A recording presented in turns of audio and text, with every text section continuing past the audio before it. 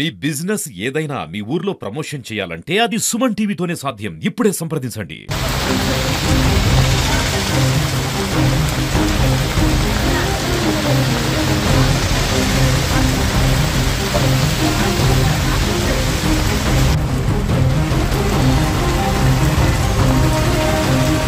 Welcome to Suman TV.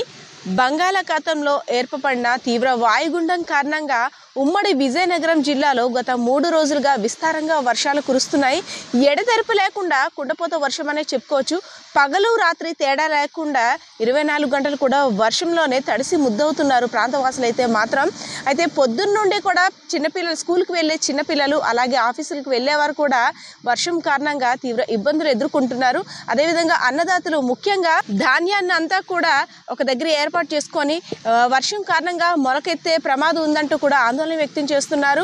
అధికారులంతా కూడా అన్నదాతలకి సూచనలు, సలహాలు ఇస్తూ కూడా అప్రమత్తం చేస్తున్నారు. మరి ముఖ్యంగా చూసుకున్నట్టయితే వాతావరణ విపత్తుల శాఖ కూడా అటు మత్స్యకారులకు కూడా ఆదేశాలను జారీ చేసింది. ఎట్టి పరిస్థితుల్లోనూ సముద్రం అల్లకల్లోలంగా ఉన్న నేపథ్యంలో వేటకు వెళ్ళొద్దని.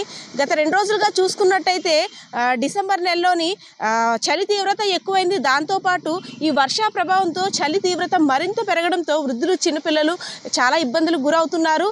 వర్షం అంతకంతకి పెరుగుతుందే తప్పితే తగ్గే పరిస్థితులు కూడా ఏమీ కనిపించడం లేదు.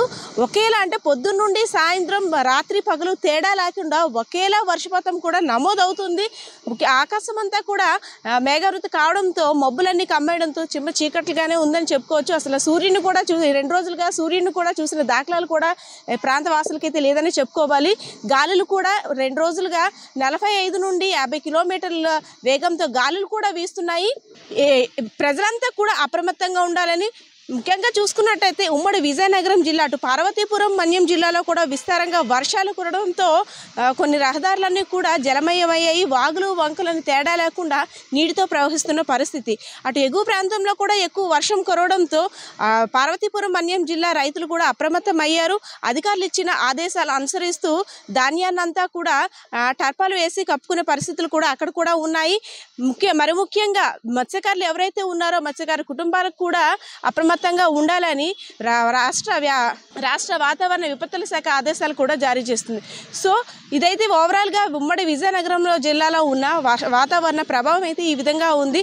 సో వర్షాలు తగ్గాలని ప్రాంత వాసులంతా కూడా కోరుకుంటున్నారు. డిసెంబర్ నెలలోని దాదాపు దగ్గరలోనే 2 తుఫాన్లు పెట్టడం వల్ల, 2 తుఫాన్లు కూడా ఒకేసారి రావడం వల్ల కూడా కొన్ని రోజుల వ్యవధిలోనే తీవ్ర ఇబ్బందులు పడుతున్నామని, చిన్నపిల్లలకు కూడా స్కూల్కి వెళ్ళే టైంలో కూడా వర్షం ఆగకుండా కురవడంతో స్కూల్కి వెళ్ళే పిల్లలకి, అలాగే ఆఫీస్కి వెళ్ళే వారికి కూడా తీవ్ర ఇబ్బందులు గురవుతున్న పరిస్థితి అయితే ఇక్కడ ఉంది. కెమెరా పర్సన్ శ్రీనివాస్తో పద్మ, సుమన్ టీవీ, విజయనగరం.